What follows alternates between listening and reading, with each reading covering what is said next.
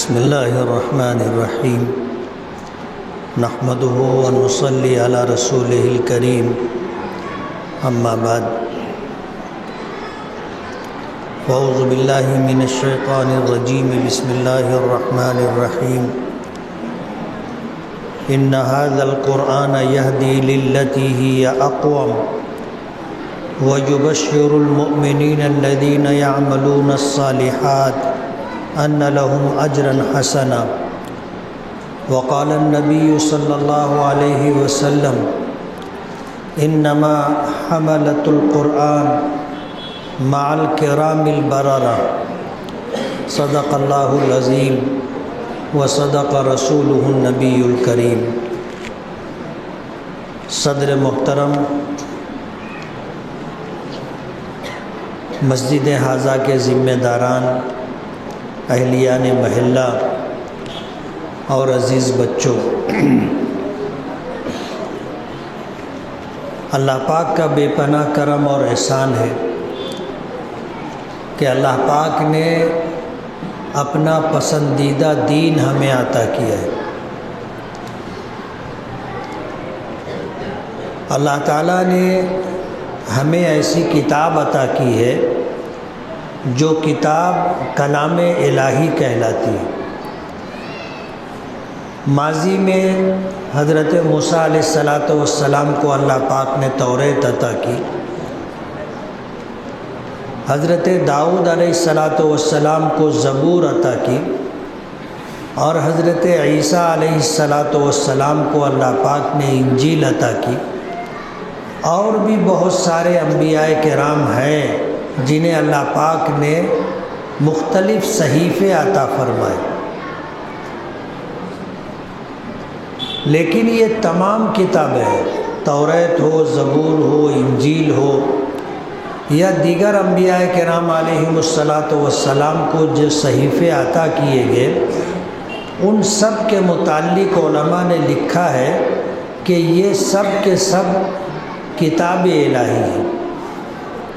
انہیں کلام الہی ہونے کا شرف اور مقام حاصل نہیں، لیکن قرآن کریم اللہ تعالیٰ کی ایک ایسی کتاب ہے کہ اسے کتاب الہی ہونے کے ساتھ ساتھ کلام الہی ہونے کا بھی شرف حاصل ہے۔ اللہ پاک کی صفات میں ایک صفت تکلم بھی ہے، اور اللہ تعالیٰ کے صفاتی ناموں میں سے ایک نام متکلم بھی ہے۔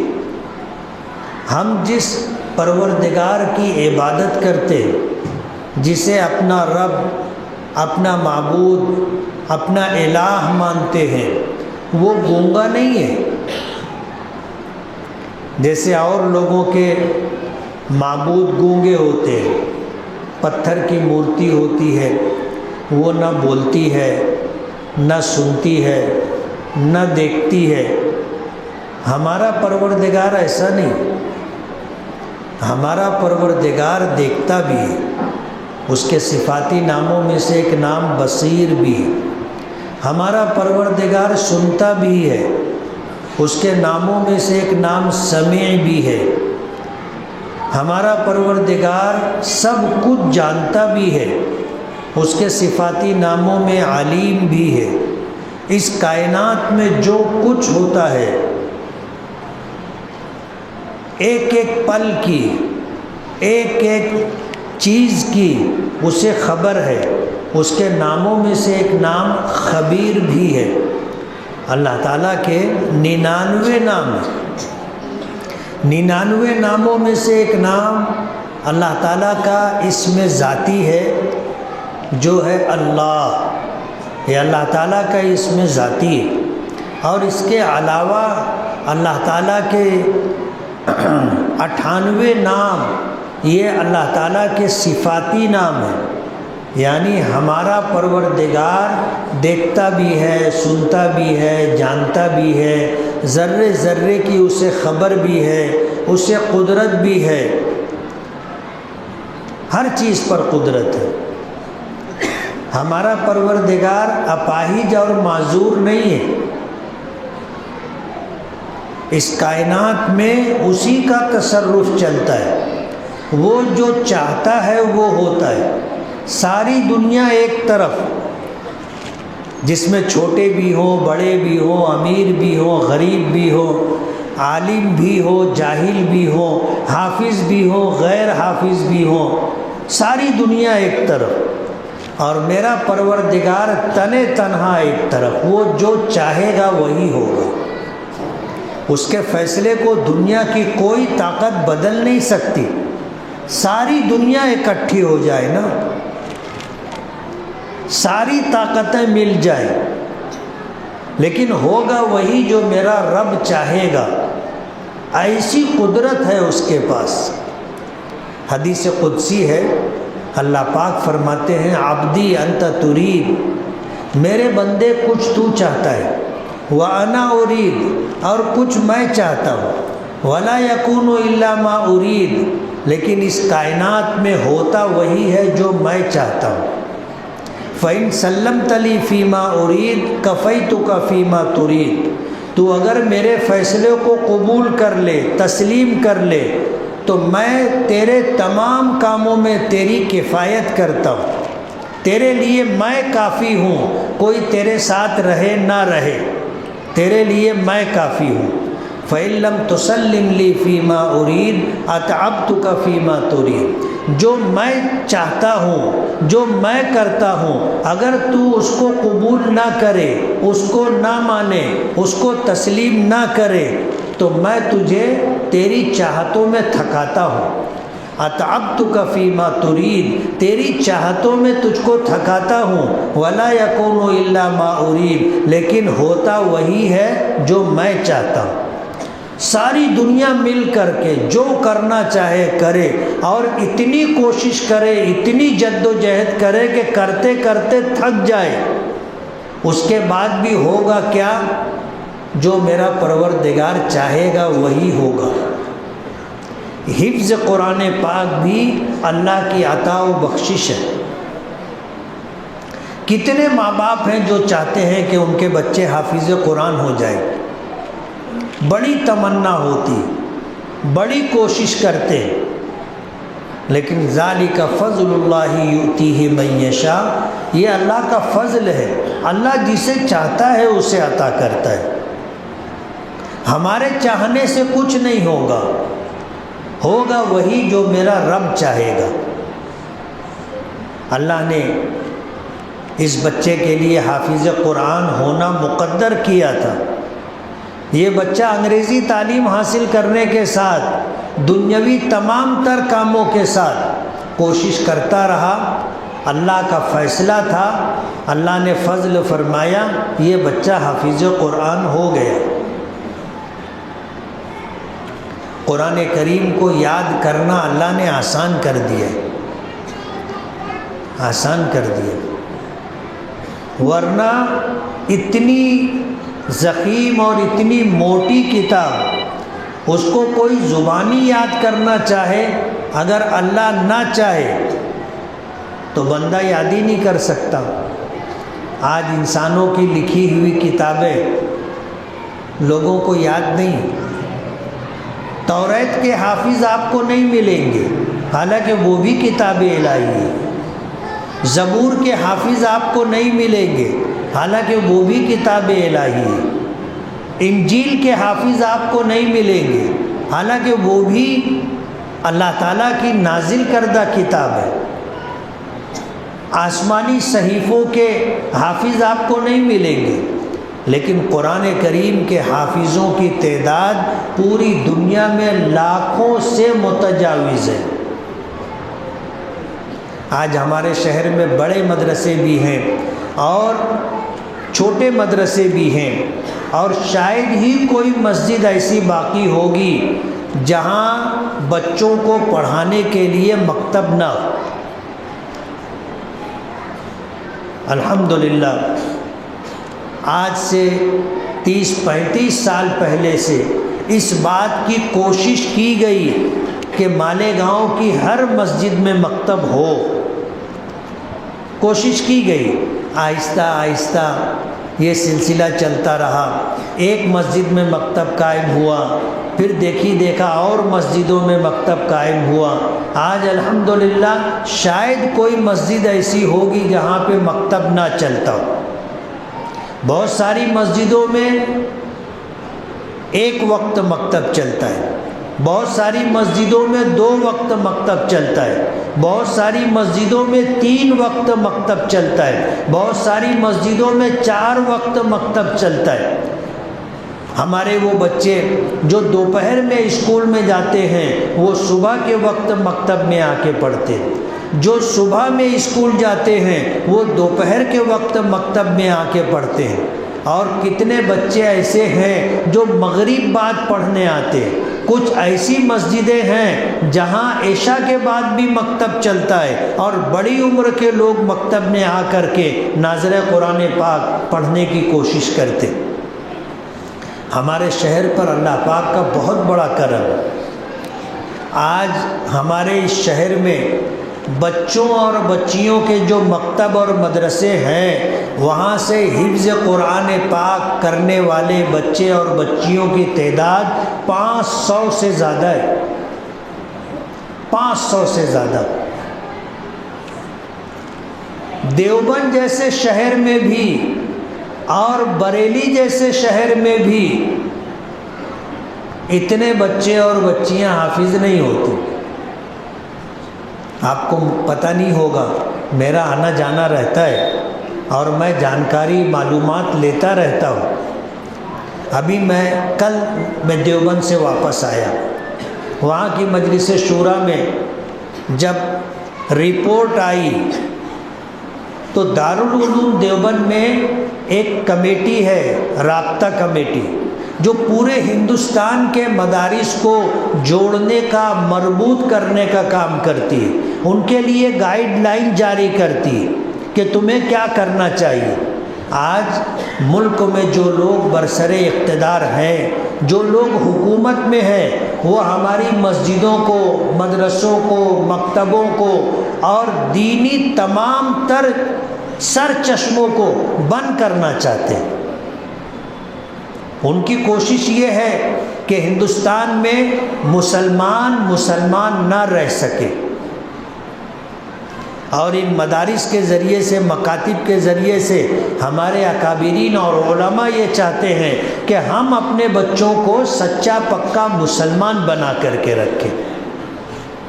اب اگر میں آپ سے پوچھوں، جن کو اللہ نے اولاد عطا کی ہے، ایسے لوگ اپنے بچوں کو مسلمان بنانے کے لیے کیا کرتے؟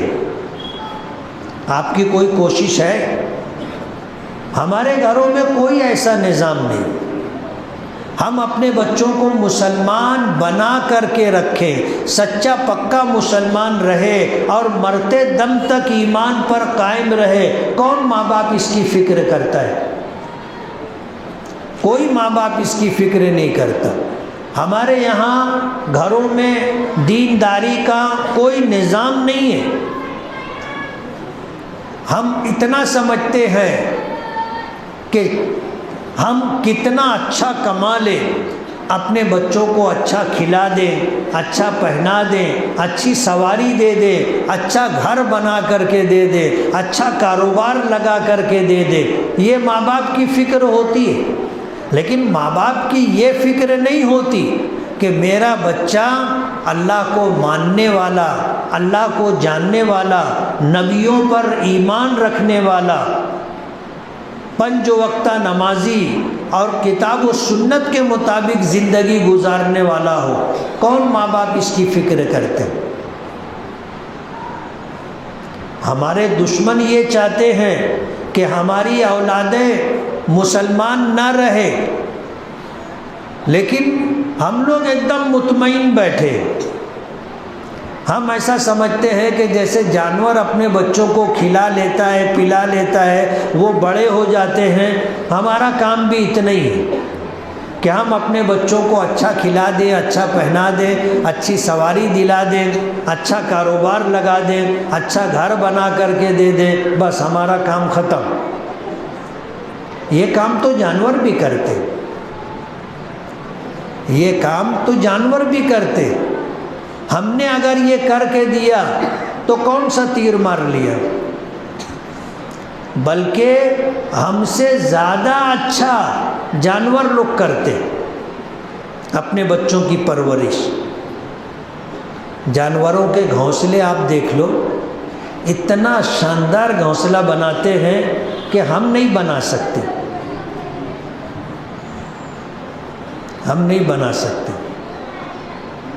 اور ہر جانور اپنے حساب سے الگ الگ بناتا ہے، سب کو اللہ نے صلاحیت دی ہے اور اپنی صلاحیتوں کے اعتبار سے وہ لوگ اپنا گھر بناتے ہیں۔ ہمیں اللہ نے عقل دی، ہمیں اللہ نے صلاحیت دی، ہم جھوپڑی بناتے ہیں، پترے کا گھر بناتے ہیں، RCC کا مکان بناتے ہیں، بنگلہ بناتے ہیں، کچھ لوگ شیش محل بھی بناتے ہیں، شیش محل۔ لیکن اپنی اولاد کو سچا پکا مسلمان بنانے کی فکر ہم لوگوں میں نہیں۔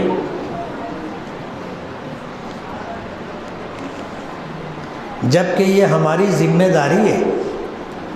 کل قیامت کے دن اللہ پاک یہ نہیں پوچھیں گے کہ تم نے بچوں کو کیا کھلایا تھا، تم نے بچوں کو کیا پلایا تھا، تم نے بچوں کو کیا پہنایا تھا، تم نے بچوں کو کیسی سواری دی تھی، تم نے بچوں کے لیے کیسا گھر بنایا تھا۔ یہ اللہ پاک نہیں پوچھیں گے، یہ کام اللہ پاک کا ہے،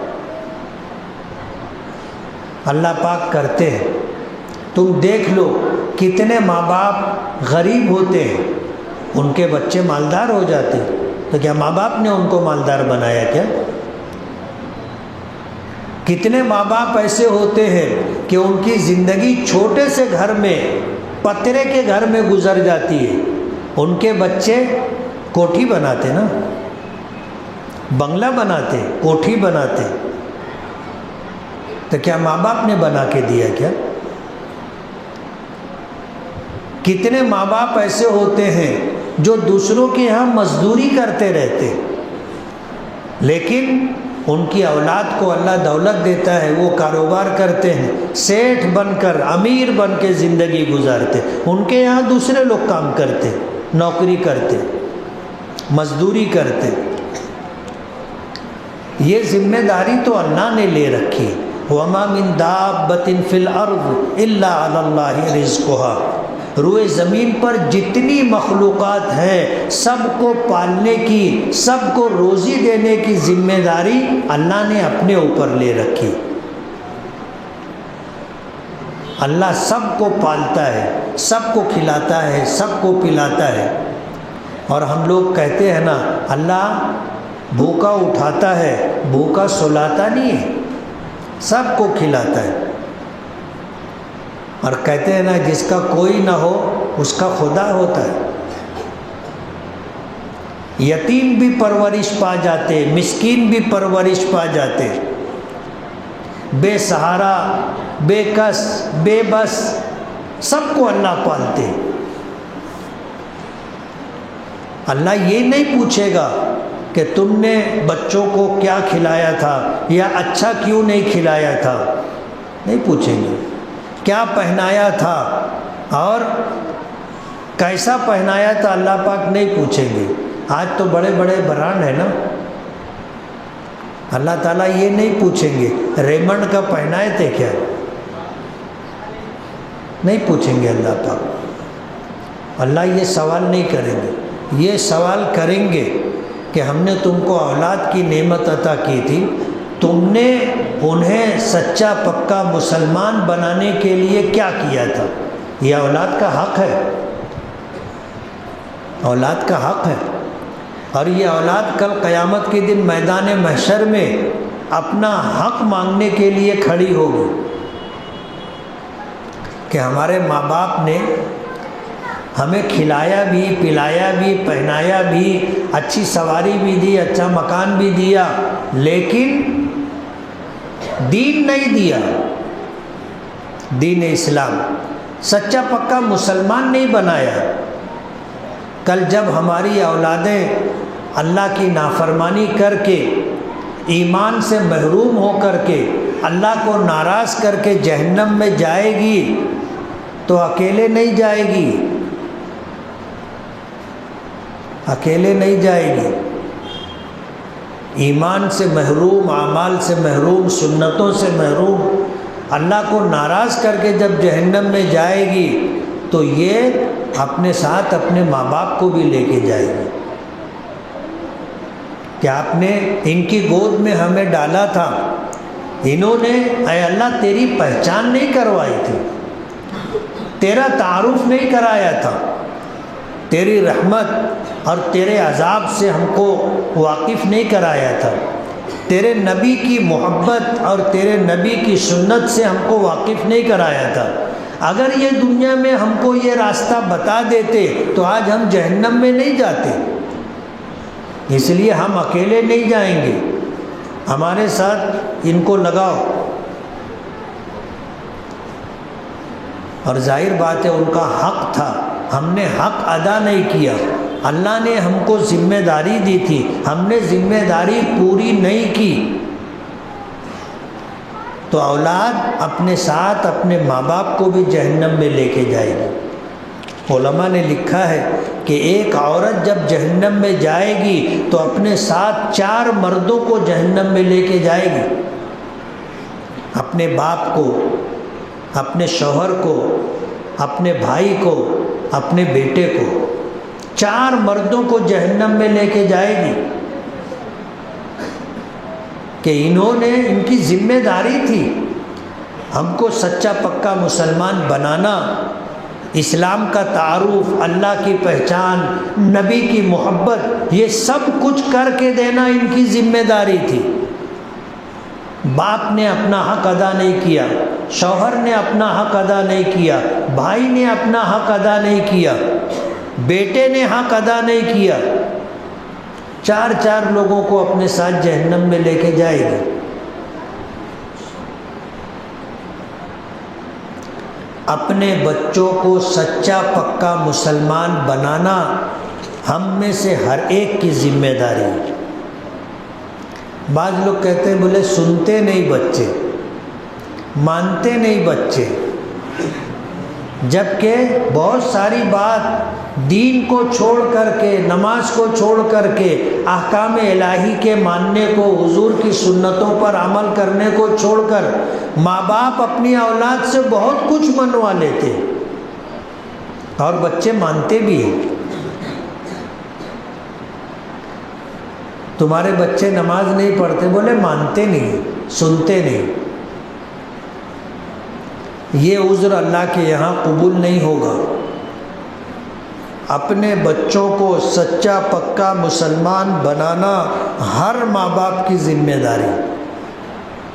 اور یہ بچے کیسے بنیں گے؟ بچپن سے ان پر محنت کرو، بچپن سے۔ شیخ سعدی رحمۃ اللہ علیہ نے ایک واقعہ لکھا ہے اور اس کے بعد ایک قطعہ لکھا ہے کہ خشت اول چون حد معمار کج تا سریا می رود دیوار کج۔ دیوار کھڑی کرنے والا معمار، راج، مستری، گاؤنڈی جب دیوار کھڑی کرنا شروع کرتا ہے تو آپ دیکھو گے پہلے گارا، مسالہ، مال ڈال کر کے اس پہ اینٹ رکھتا ہے پہلی، تو اس کو ہلا ڈلا کر کے بالکل سیدھی کرتا ہے، اس میں اولمبا لگائے گا، گنیا لگائے گا، پہلی اینٹ ہے، یہ اگر ٹیڑھی رہی تو اس کے اوپر اٹھنے والی دیوار آسمان تک لے کے چلے جاؤ، ٹیڑھی رہے گی۔ تم نہیں دیکھو گے راج اور معمار کو کہ پہلی اینٹ پہ تو محنت کیا، اس کے بعد اوپر اتنی محنت نہیں رہتی، بس ایک ڈوری ادھر سے لگا کے ادھر تک لگا دیا اور اینٹ رکھتے رکھتے رکھتے چلے جاتے اور مال بھر دیتے۔ لیکن پہلی اینٹ جب رکھتا ہے تو وہ لمبا لگاتا ہے، گنیا لگاتا ہے۔ پہلی اینٹ سیدھی تو اس کے اوپر دیوار سیدھی۔ بچے پیدا ہوئے بچپن سے ان کے اوپر ماں باپ دینی اعتبار سے محنت کریں۔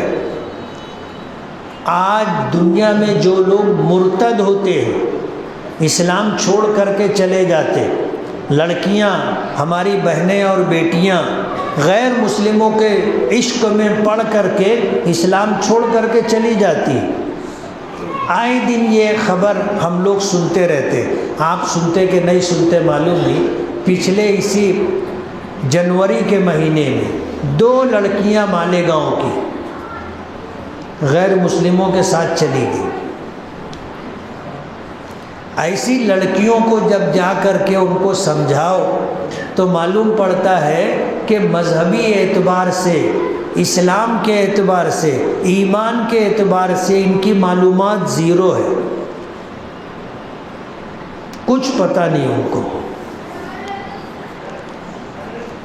کبھی نماز نہیں پڑھتے، روزوں کا اہتمام نہیں، قرآن کریم نہیں پڑھے، کبھی مکتب بھی نہیں گئے۔ ماں باپ ان کو ڈاکٹر بنانے کے لیے، انجینئر بنانے کے لیے، ٹیچر بنانے کے لیے دنیاوی تعلیم دلائے، روزانہ اسکول لے کے بھی جاتے تھے اور لے کے بھی آتے تھے، یہ فکر کرتے تھے، لیکن دین کے لیے کوئی فکر نہیں۔ بچوں کو مکتب میں بھیجنا، ہمارے یہاں جو مکتب چلتے ہیں ان مکتب کے اساتذہ کرام کو بھی اس بات کی فکر کرنا ضروری ہے کہ ہمارے پاس جو بچے پڑھنے کے لیے آتے ہیں ان بچوں کو اللہ اس کے رسول کی پہچان ہونی چاہیے، ان بچوں کو دین اسلام کیا ہے، دین کی بنیادی باتیں کیا ہیں، ناظر قرآن پاک حفظ، نمازیں ان کی ٹھیک کراؤ، اللہ کی رحمت کی امید دلاؤ، اللہ کی قدرت بتاؤ، اللہ کے عذاب سے ان کو ڈراؤ، دنیا بھی سکھاؤ بتاؤ، آخرت بھی سکھاؤ اور بتاؤ۔ آج تک ہم نے جو مشاہدہ کیا، جو لوگ مرتد ہو کر کے گئے، ان کے ماں باپ نے ان کی دینی تعلیم کی کوئی فکر نہیں کی تھی، ان کو مسلمان بنا کر کے رکھنے کی کوئی فکر نہیں کی۔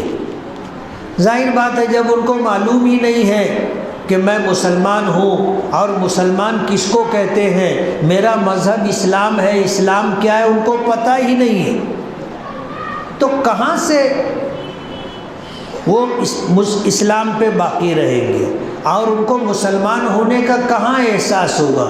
اتنی بڑی دولت دین اسلام کی شکل میں اللہ پاک نے دی، ہم کو بھی اس کی قدر نہیں معلوم، ہم نے اپنے بچوں کو بھی نہیں بتایا۔ آج اپنے مسلمان ہونے پر ہم کو کوئی فخر نہیں ہے، ہاں لکھ پتی ہو جائیں، کروڑ پتی ہو جائیں، ارب پتی ہو جائیں تو اس پر اپنے کو فخر رہتا ہے، لیکن اس کائنات کی سب سے بڑی دولت اسلام اللہ نے ہمیں دیا ہے اور ہمیں اس کی کوئی اہمیت، اس کی قدر و قیمت کا کوئی احساس نہیں۔ ضروری ہے اپنا ہر بچہ، ہر بچی، آپ اس کو اس بات کا احساس دلاؤ بچپن سے کہ ہم مسلمان ہیں، ہمارا مذہب اسلام ہے، اور پوری دنیا میں جتنے مذہب پائے جاتے ہیں ان میں سب سے زیادہ سچا، سب سے زیادہ صحیح اور سب سے زیادہ کامل و مکمل مذہب ہمارا ہے۔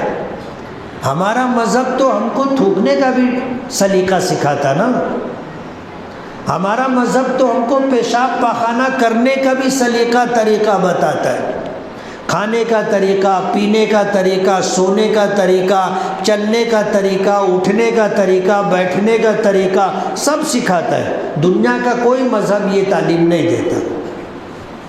ہمارا مذہب بتاتا ہے کہ بڑوں کے ساتھ کیسے پیش آنا چاہیے، چھوٹوں کے ساتھ کیسا معاملہ کرنا چاہیے، کوئی دوسرا مذہب نہیں سکھاتا۔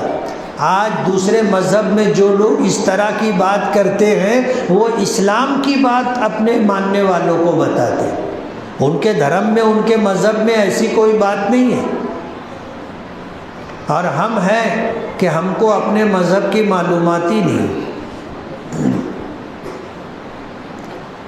مکتب میں پڑھانے والے اساتذہ کی ذمہ داری ہے، ان اساتذہ کی یہ ذمہ داری ہے کہ قوم کے جو بچے، مسلمانوں کے جو بچے ہمارے پاس آتے ہیں ان کو صرف ناظرہ نہیں پڑھانا ہے، ان کو صرف حافظ نہیں بنانا ہے، بلکہ ان کو سچا پکا مسلمان بنانے کی فکر کرنی۔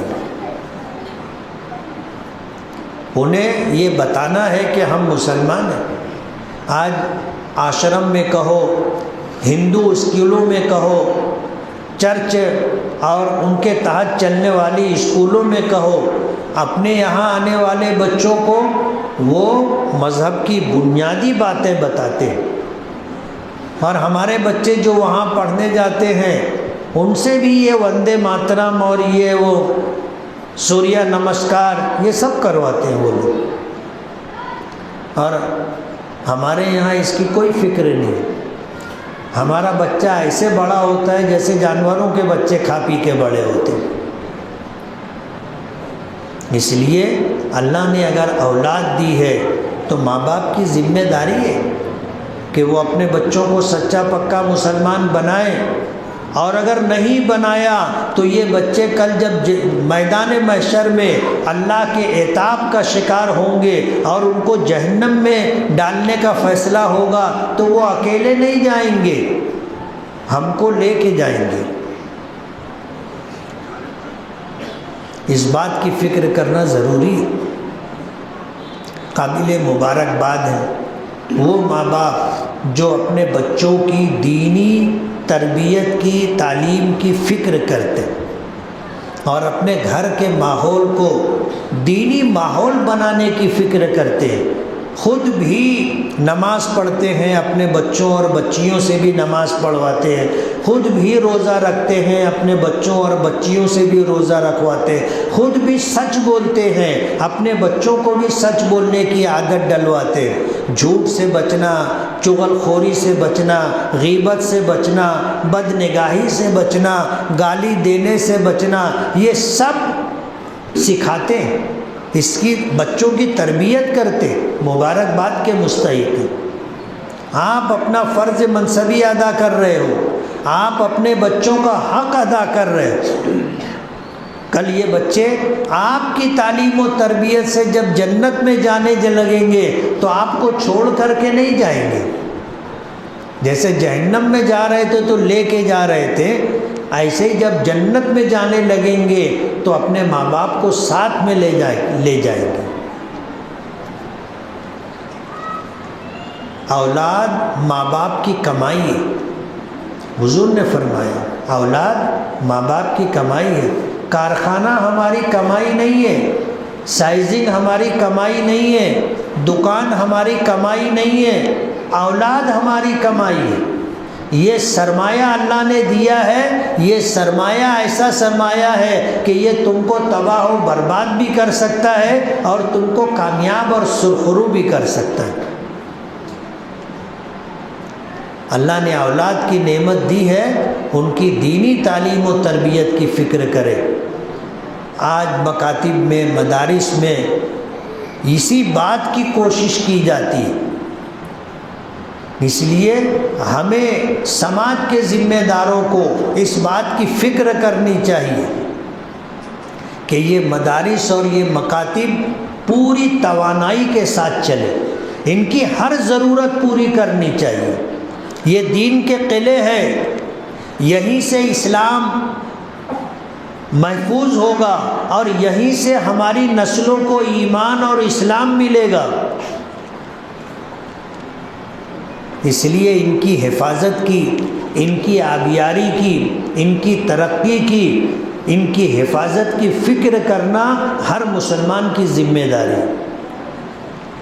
اہتمام کے ساتھ مدرسوں میں چندہ دینا چاہیے، اہتمام کے ساتھ مکتب میں اپنا عطیہ دینا چاہیے۔ یہاں زکوٰۃ نہیں چلتی، صدقے کی رقم نہیں چلتی، یہاں پر اپنا عطیے کا پیسہ آپ دو، اساتذہ کو اچھی تنخواہ دو اور ان سے اچھا کام لو، کہتے ہیں نا جتنا گڑ ڈالو گے اتنا میٹھا ہوگا.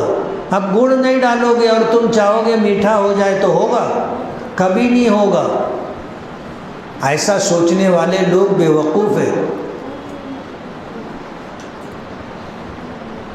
سمجھ رہے ہو سکتا ہے میرا یہ جملہ گراں گزرے، لیکن ایسا سوچنے والے بے وقوف لوگ ہیں کہ گڑ مت ڈالو، شکر مت ڈالو اور چائے میٹھی ہو جائے گی، شربت میٹھا ہو جائے گا، کھیر میٹھی ہو جائے گی، زردہ میٹھا ہو جائے گا. یہ بے وقوفی کی بات ہے. آج اسکول کے ٹیچروں کو 1,00,000 روپیہ پگار مل رہا ہے مہینے کا. 1,00,000 روپیہ مہینے کا. اور مکتب میں پڑھانے والے، مدرسے میں پڑھانے والے لوگوں کو کیا تنخواہ ملتی ہے وہ بھی آپ دیکھ لیں.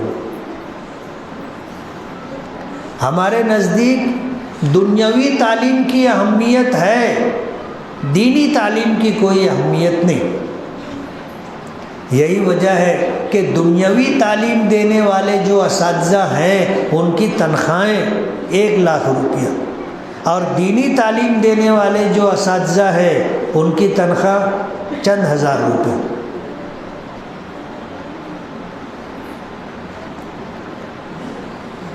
غور کا مقام ہے، سوچنے کی بات ہے.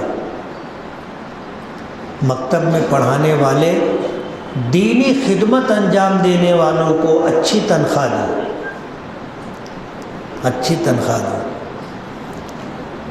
آج تو ہمارے یہاں مالیگاؤں میں ایسی بھی KG کی اسکولیں ہیں، کلاسیں ہیں، لوگ 30,000 40,000 50,000 روپیہ ڈونیشن دے کر کے ایڈمیشن کرواتے ہیں اور پیسہ لے کے کھڑے رہتے ہیں، کر لو بولے داخلہ.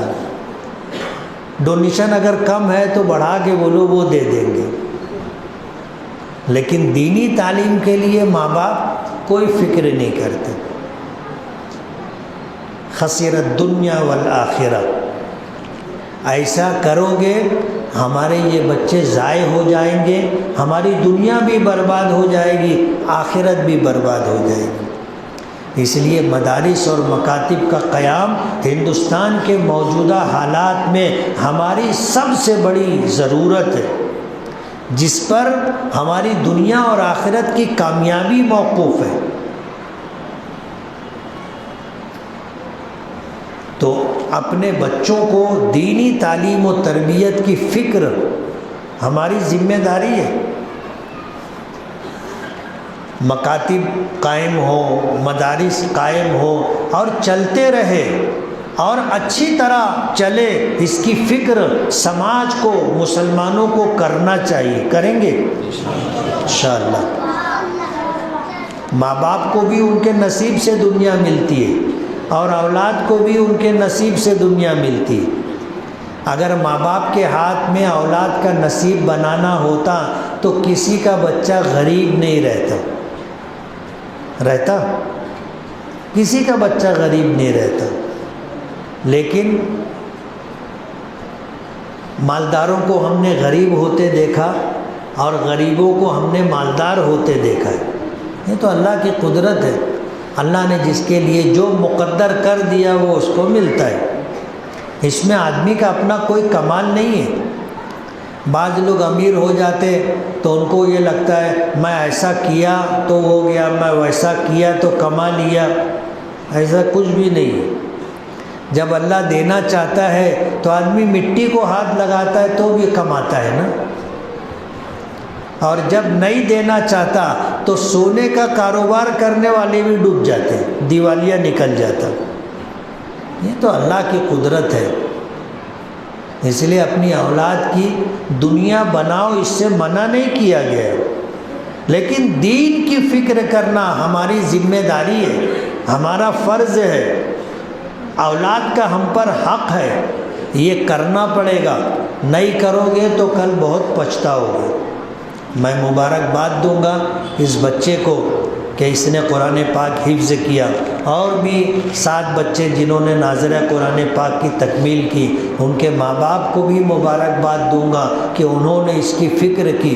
اللہ تعالیٰ ان بچوں کو دین و دنیا کی دولت عطا فرمائے، یہ شاد رہے، آباد رہیں، اللہ ان کو دنیا میں بھی کامیاب سرخرو رکھے، اور آخرت بھی اللہ ان کی بنا کر کے ان کو جنت کا وارث بنائے۔ وآخر دعوانا ان الحمد للہ رب العالمین۔